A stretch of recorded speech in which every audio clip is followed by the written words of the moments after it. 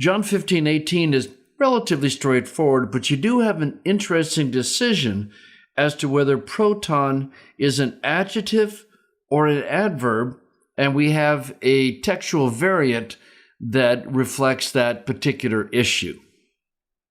Hakosmos humas misei, ginosketa hati, eme proton humon memisekin.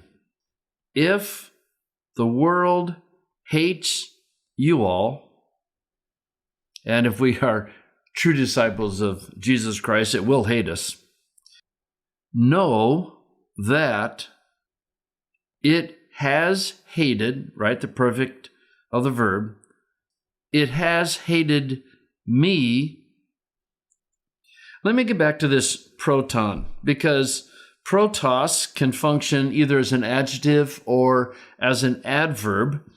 When it's in the neuter, this kind of the indication is probably thinking it's an adverb. And whatever you decide on this, you can come out with somewhat the same basic translation. But I wanted again to point out, on all textual variants, you can't talk about variants without talking about their significance. And some Greek manuscripts get rid of the humon. Now, why would they feel the need to do that? Well, if proton is an adjective, then humon is some kind of genitive of comparison. It has hated me before you all. In other words, before it hated you all.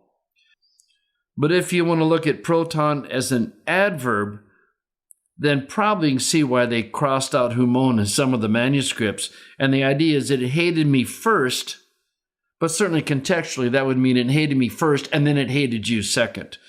But either way, you come up with the same basic idea that it hated Jesus first and then it hates his disciples. But it does explain why you have a variant, because the scribes evidently viewed it as meaning first. In terms of phrasing, it's very straightforward. We indent the if clause. So if the world hated you, know that, and you could put the hati clause under genoskete if you wanted to. I'm not sure you get a whole lot out of that, but know that it has hated me before you all.